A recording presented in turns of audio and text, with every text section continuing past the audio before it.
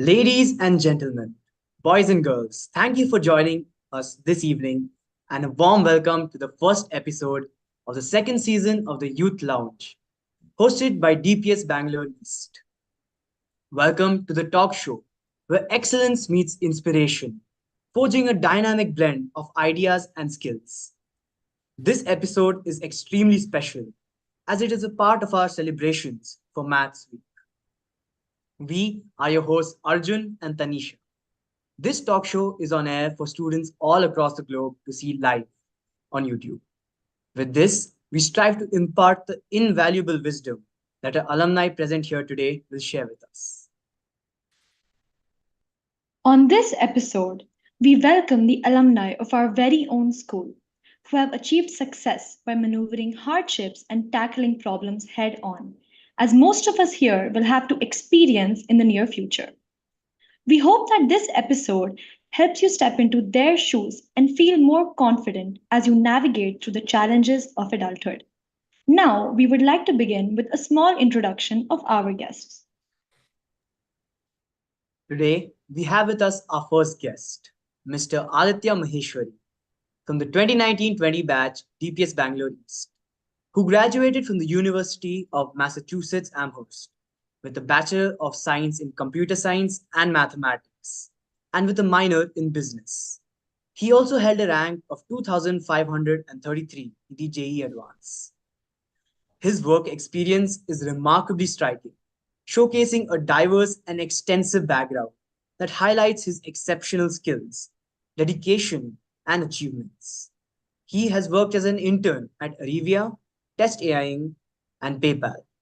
He currently holds a software engineering position at PayPal, in which he has been a crucial part of multiple projects.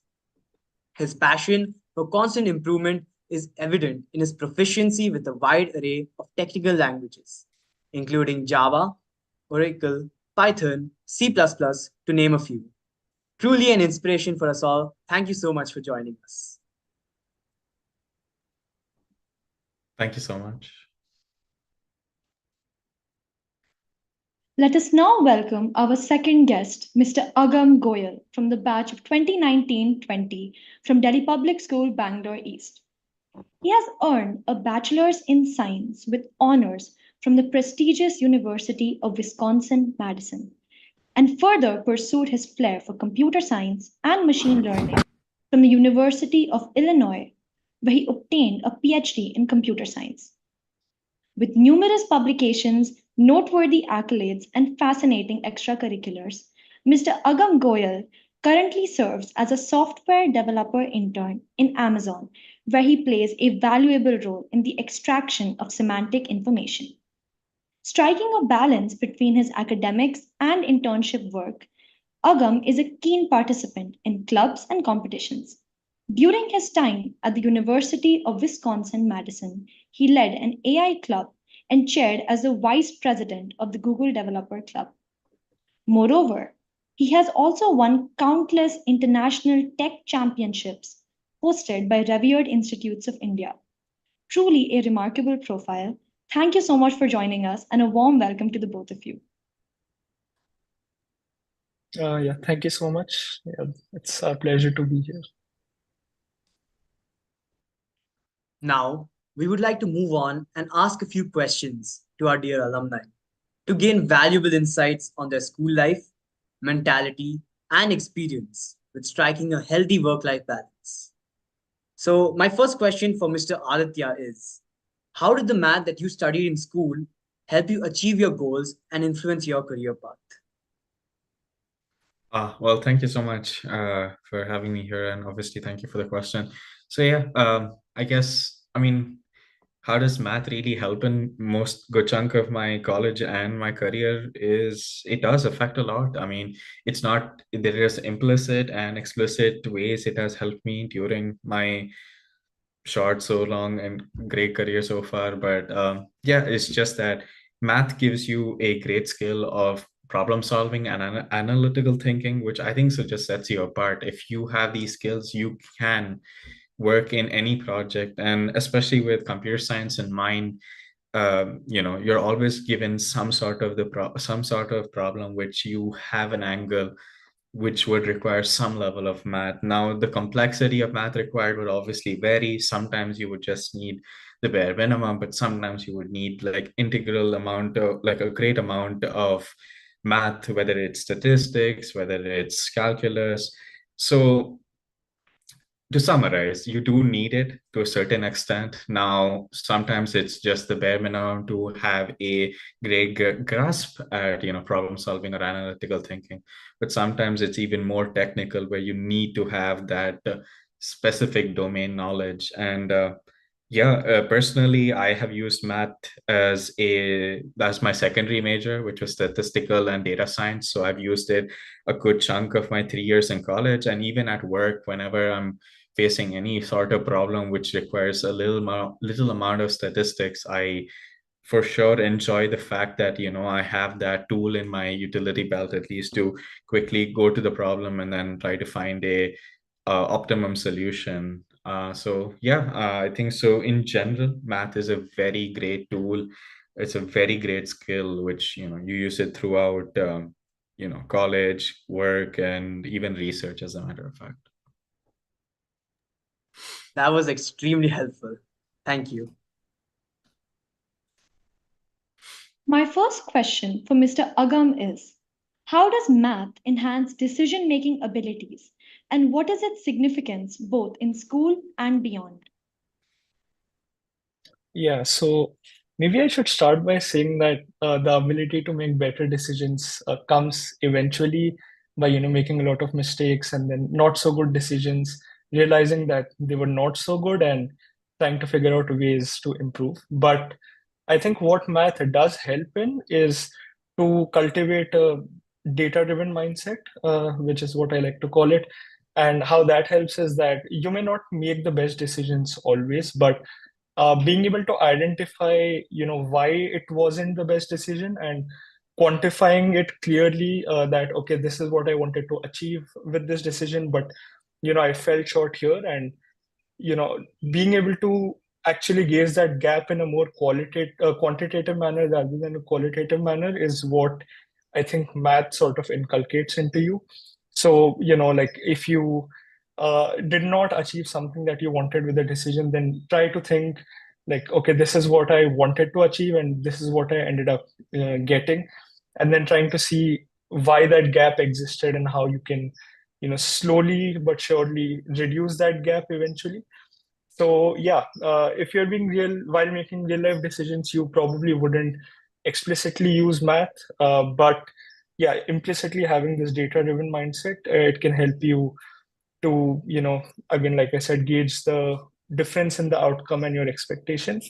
And this notion combined with just continuing to make not so good decisions and reflecting upon them will eventually lead to being able to make good decisions. So I think math basically plays an implicit role when it comes to decision making, but nevertheless a very significant role.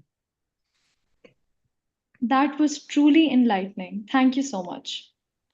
My second question for Mr. Aditya is, as different competitive exams and boards come closer for the 12th graders, what are some points that will help them in balancing and prioritizing everything that's to come ahead?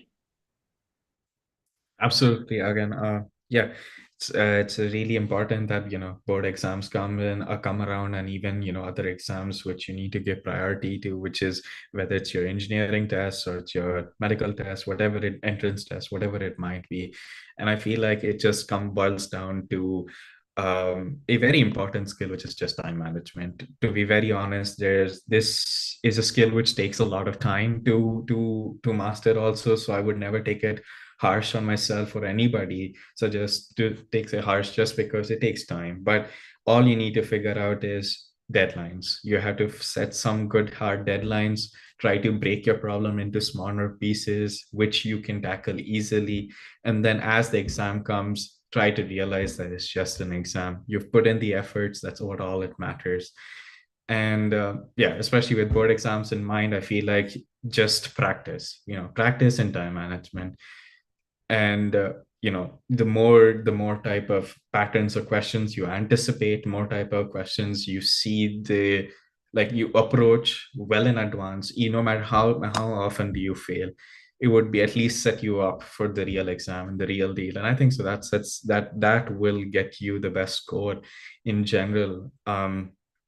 Personally, I have been, just a heavy test taker all my school life, and all I've learned is that I gave hundreds, if not thousands, of practice tests, and there was always a retrospective moment after each test where I went back, saw the results, saw my solutioning, saw my mistakes, and then kept on iteratively trying to improve. And sometimes I fell down, sometimes I grew, rose to the occasion.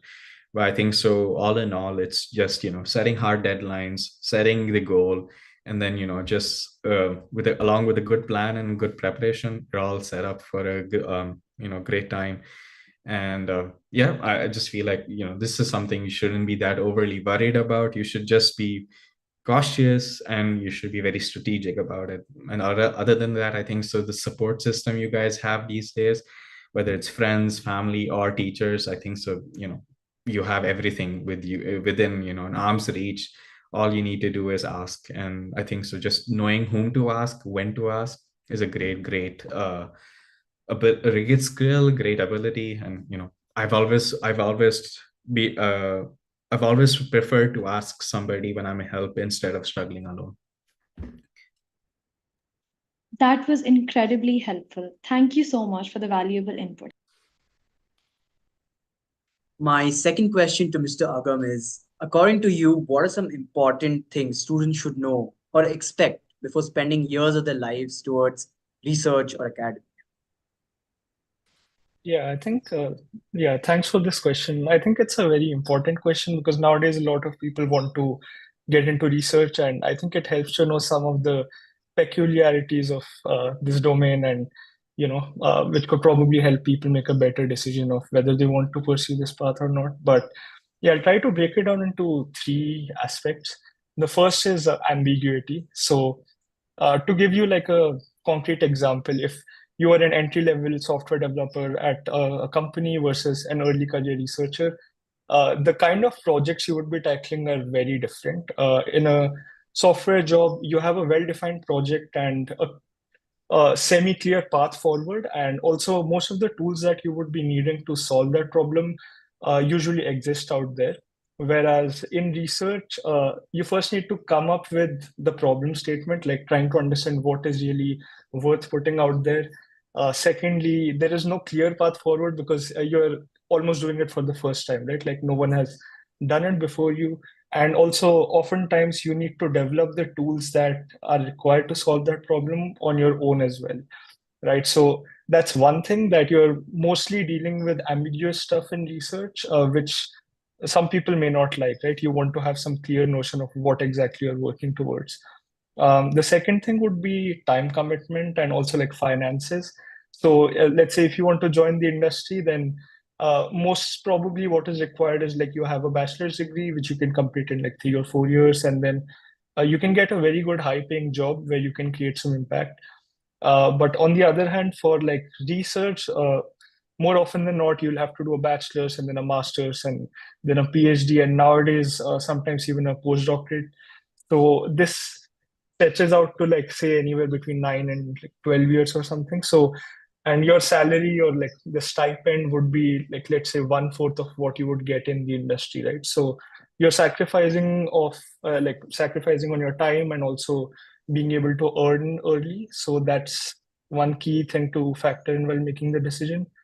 And I think the third thing is competition, which is a little bit unfortunate because it was not like that a few years back. But now, if you want to get into research, you need to, start within undergrad, work with professors, reach out to them, publish papers, and all of this is almost required to get into a good PhD program, which is again like it's tricky because the whole purpose of undergrad is to figure out what I really like, and it's kind of ironical that you would expect a student to get deep into a certain topic and also be sure that they want to actually pursue that. So yeah, in some, I would say that like it is a bit challenging, and like you need to factor in a lot of different things. But if you frequently find yourself, not being satisfied with just learning what's being taught, you want to dig a bit deeper into things, and also like probably you don't enjoy straightforward projects too much, and you're willing to prioritize a prolonged academic training period over starting your career early, then maybe research is for you. And the best way to confirm is to try it out during your undergraduate years and seeing if you like it. And yeah, then things almost fall in place eventually on its own. It was truly insightful. Yeah. My next question to Mr. Aditya is, throughout your years of work, how did you manage and maintain the physical and mental energy required to be consistent towards a goal? Yeah, thank you for the question. I think so, yeah. After you guys, spend years of your time in preparation for these exams, especially the Indian ones, you just forget about health, and that's it's something I wish, that's something even I wish when I was in school I would have taken care a little more better. But yeah, at the end of the day, once I came into college, I realized that it's not always about academic career or my like technical career. I have to focus on both mental and physical health. And I think so when it came to physical health, I think so you have to find a sport, you have to find an activity which is actually going to ensure that you're going to still keep in shape. I prefer to gym, but I've seen people who enjoy sports. They continue to play whatever sport they did during their schooling years.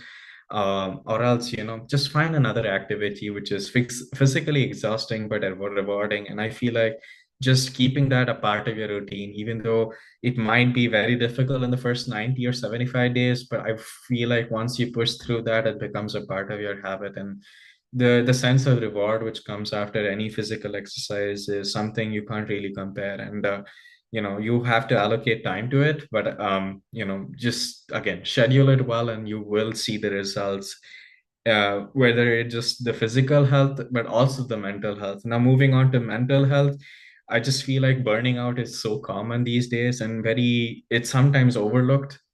You just don't realize that you've been working hard, and over time it just is mentally taxing, and then you just have an extreme burnout session where for the next few weeks, sometimes even month, you're just not productive at all.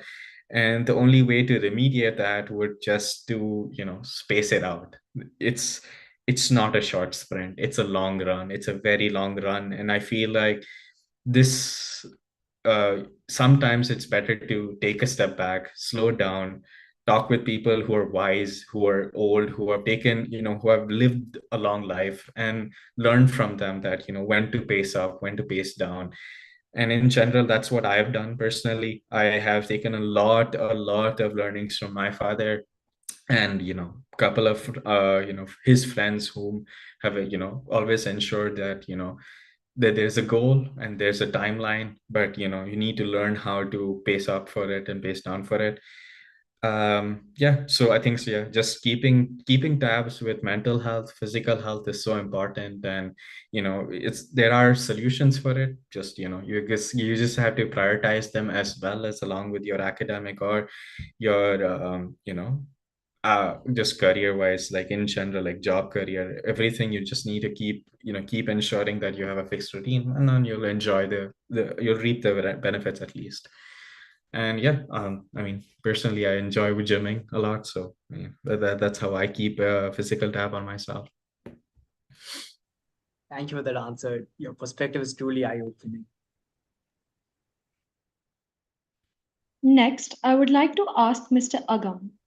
Your time as a student must have equipped you with some effective time management techniques for not only reducing procrastination but also boosting focus.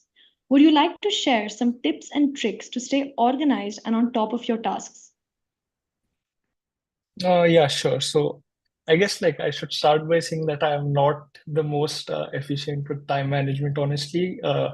And I also like often find myself procrastinating. But yeah, I'll still try to share what has helped me to reduce that over the years. So I think what I realized was that having a lot of free time during the day, or like just generally, is what really leads you to start thinking that, okay, I have a lot of time, so I'll just do it later.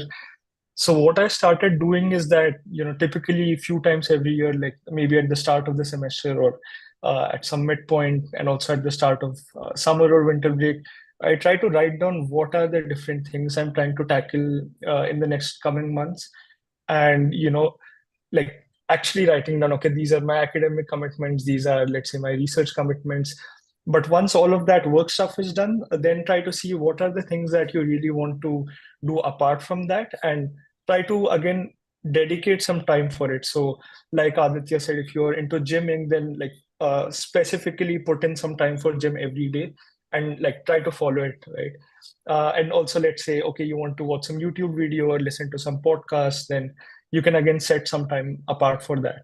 um, One other thing that you could do is sort of optimize. So you could listen to the podcast, or hear that video if it's not important to see while walking to classes.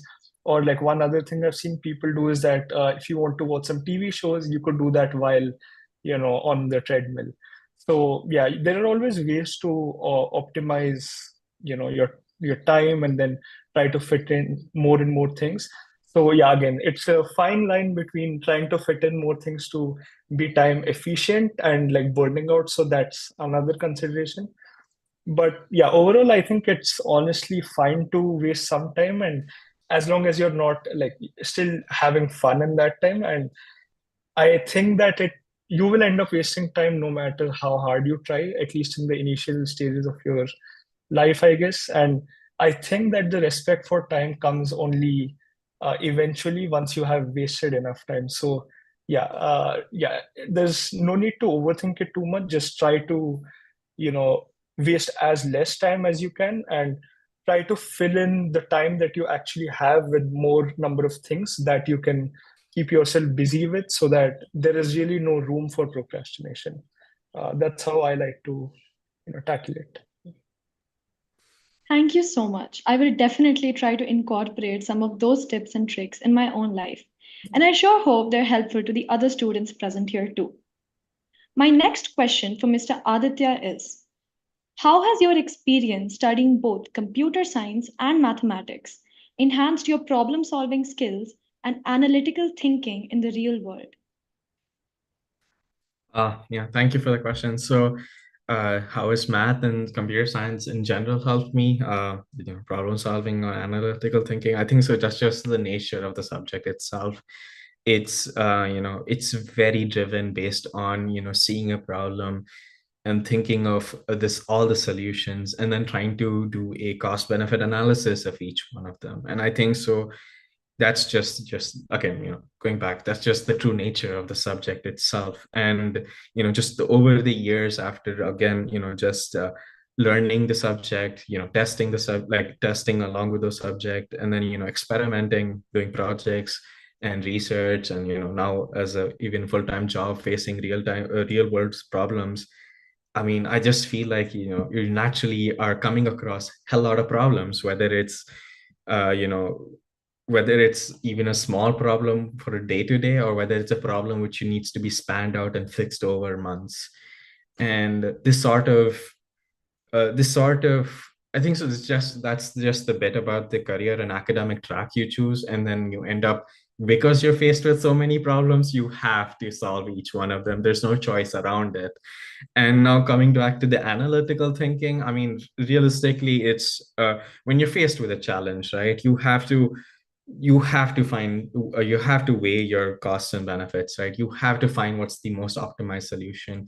And that's the only way an analytical thinker would work around it, or a critical thinker would work around it, right? You have to spend time with a question, or you have to spend time with a problem statement and stretch it out. Maybe it might take a day, it might take a week, it may take 2 weeks to find out the best solution or the most optimal solution with the resources you have. And that's the beauty, again, purely beauty of the job itself, the career itself, the academia itself, specifically for CS and math, that you're placed in a position where you have to solve a problem and solve it analytically, where you're weighing cost benefits, you're trying to optimize, you have finite amount of resources and time and energy, as a matter of fact. So yeah, it's just that, to summarize, it's just the nature of the career itself, the nature of the academia itself, that you are going to learn these skills no matter what. And over time, once you get better, you just appreciate it, and then you try to use it everywhere else in life, whether it's a personal problem, whether it is a social problem, whatever it might be. Once you hone the skill, there's nobody stopping you to use it anywhere else. But yeah, I hope that was summarized, at least why and where and when does it get used. Thank you for the answer. I'm truly grateful for your insightful contributions.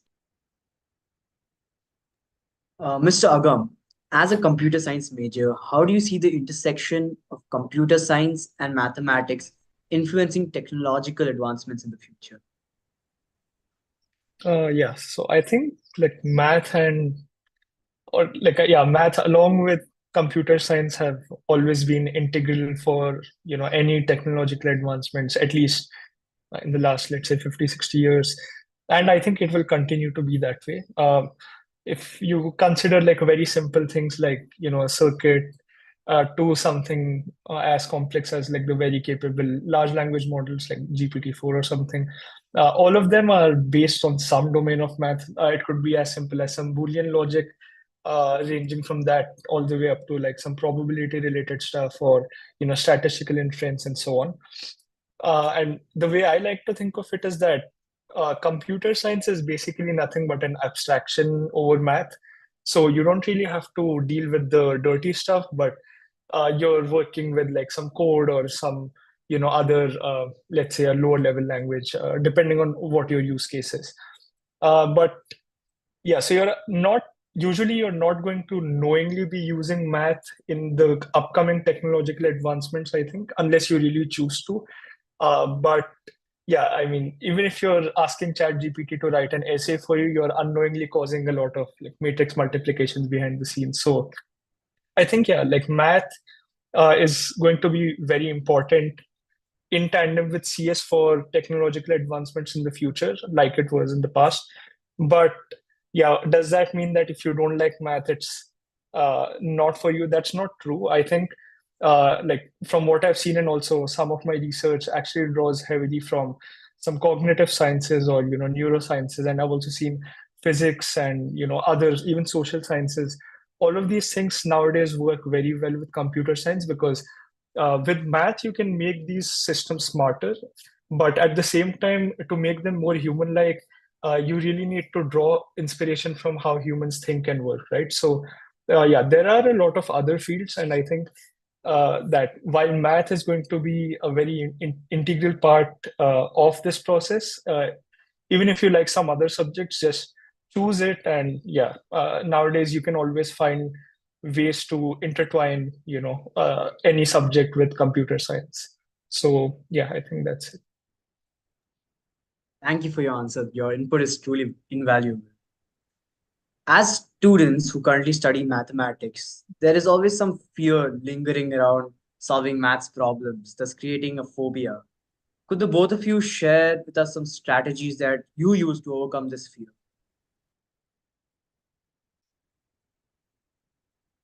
uh, okay, Aditya, do you want to go first? Or Sure, I can go first. So yeah, phobia of math. I mean, I personally have always enjoyed math from probably a very young age, but at the same time, my brother itself, he hates math. If he got an opportunity to see math, he would say, "I'm not doing it."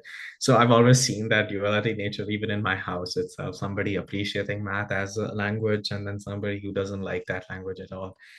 And I guess over time, how I've helped him and I've helped myself to sometimes, not get afraid of math in general, or how I've at least helped around with my friends also to not be at least afraid from or worried about this subject in general, is practice. You know, see, it's just like a language, any language, whether it's English, I feel like whether it's English or any other language, practice makes you better and practice makes you more comfortable. And that's how I always looked math also. It's a very skill and language, similar to language-based knowledge where you have to practice, you have to figure out, you have to face different sort of problems, different sort of subtopics within the domain, and then that's the only way you can gain confidence. And once you have the confidence, the fear will slowly subside. And yeah, I mean that's the only way I feel like you can alleviate the worriness. I mean, I don't think so getting rid of a phobia is that easy, but you can slowly, like iteratively try to figure out, you know what, these are my substrengths, these are my strengths, these are my weaknesses. And over time you can work on them. And you know, fine if math is, and at the end of the day, if math isn't the thing, it's not the thing, but you can still at least learn this skill, right? You don't, and once you learn that skill, even though you're not the best at it, even if you're really good at it or just good at it, that's sufficient. That's more than sufficient. And that will get rid of that phobia already. So, you know, just setting good expectations, not overshooting the expectation is also important. And at the same time, just practice and perseverance. If you know that you want to use this and you know you need to use it, just give it some time and you will just give it some time and you will be more comfortable with it. Agam, do you want to add something about it?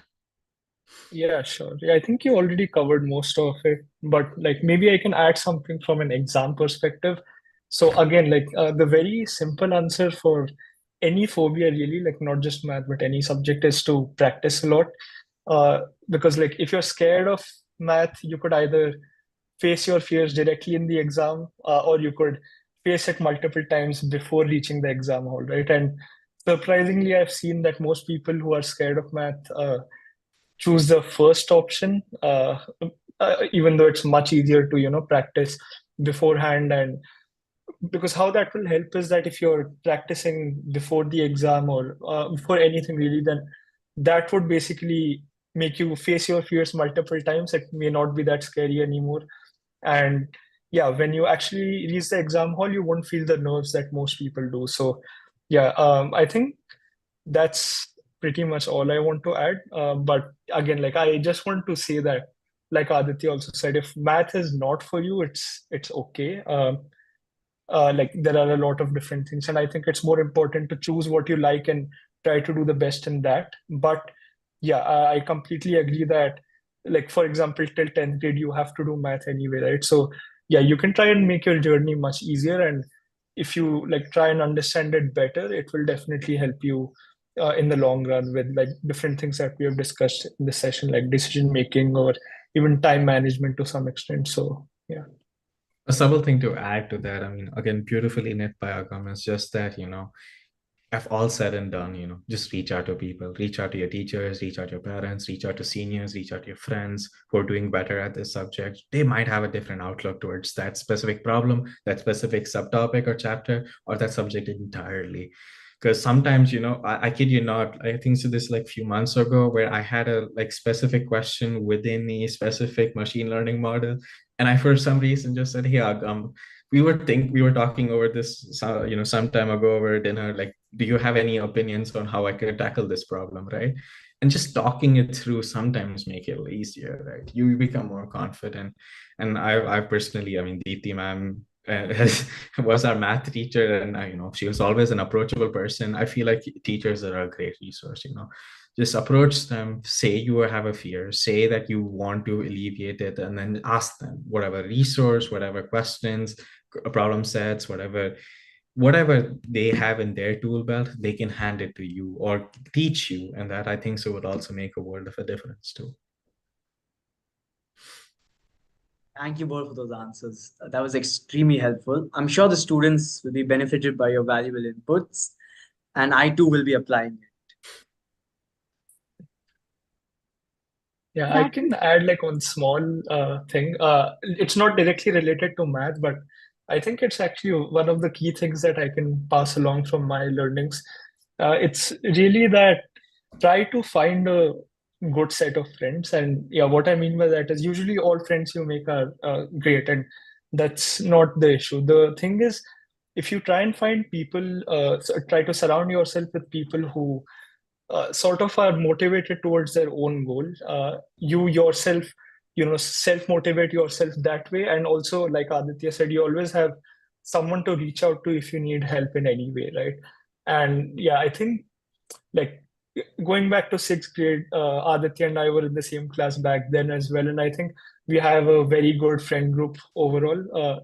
Yeah, having good friends who you can talk to, and at the same time you have some incentive to try and learn from each other. I think that's the most important thing you can uh, try and do, not just in school life but even in college and beyond. So yeah.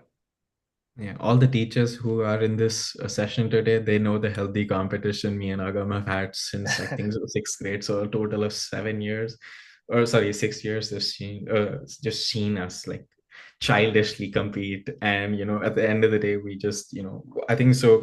Personally, I can say that we have pulled each other up towards every occasion, no matter what exam it might be, whatever moment it would be. But yeah, I mean, healthy competition, a great set of friends, makes the world of a difference and brings up the average. Thank you so much. Well, that was extremely helpful. Thank you for the responses and thank you for the inputs. I'm sure our viewers found it beneficial. Before we conclude, let us dive into a fun filled game session.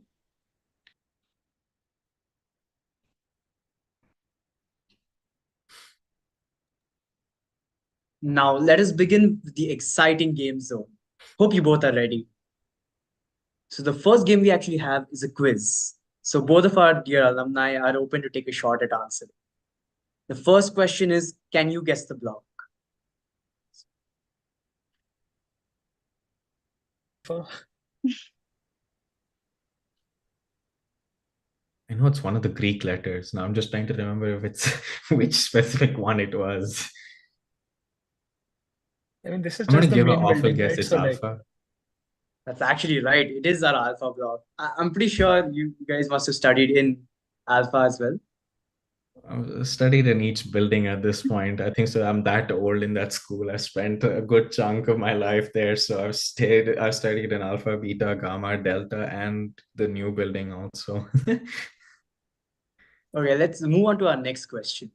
So, our school recently constructed a new block. So, any idea on what the new block could be?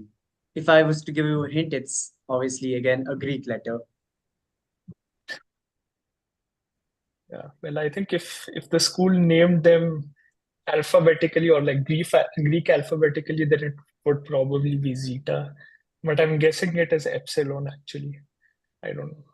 I'll take an odd guess on gamma. Hell, why not? Well, actually, the right answer is theta. Beautiful.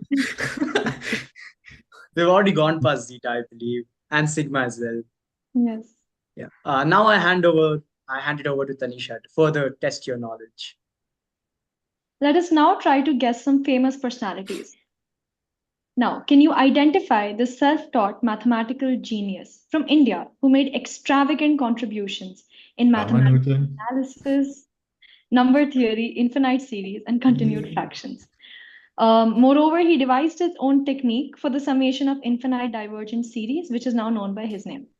So, as you said, the correct answer is the great mathematical genius Srinivasa Ramanujan. Let's move on.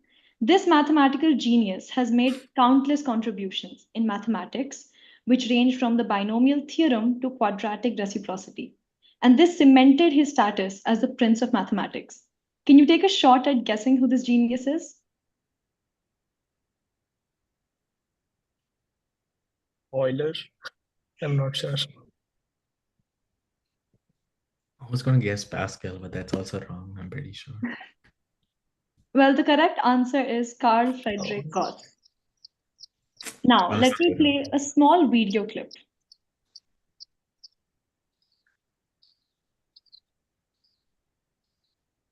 There's no audio, but I'm just guessing it's Shakuntala Devi.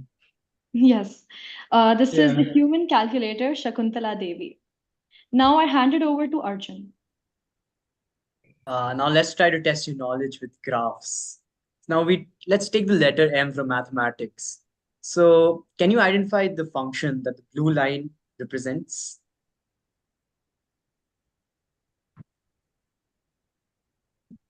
Modulus. That is right. The answer is the modulus function.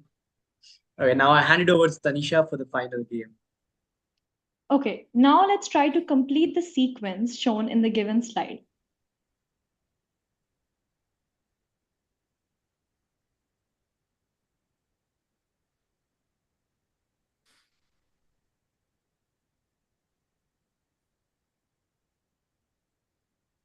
I'll take a guess. It's 5. Yes, you're absolutely right. The correct answer is option 5. The shaded circle is moving in an anti-clockwise direction, while the remaining figures are simply interchanging their position. Well, that marks the end of our fun-filled game zone. I now hand it over to Arjun to give the vote of thanks. Firstly, I'd like to thank both of our alumni for playing along. As we bring today's show to a close, let us remember that every end gives us a chance for a new beginning. Thank you for joining us, and we look forward to our next conversation together. On behalf of our esteemed institution, we would like to extend a heartfelt appreciation to our panelists, Mr. Aditya and Mr. Agam, for taking time out of their busy lives to enlighten us with their experiences. We would like to express our sincere gratitude to our principal, Dr. Manela Carvalho, and our vice principal, Ms. Preeti Suta, for providing us with a platform to interact with our dedicated and hardworking seniors, who continue to be a role model to all of us. I also thank HOD English, Sonali ma'am, and Sioni ma'am for their constant support, and HOD Maths, Sirisha ma'am, Deepti ma'am, and all the maths teachers who have put in their valuable inputs to make this talk show a success. We also thank our tech team, HOD Computer Science, Vikranti ma'am, Carolyn ma'am, and Shal. Thank you so much for joining us this evening. Until then, let's stay inspired, stay hopeful, and stay connected. These are your hosts, Tanisha and Arjun, signing off.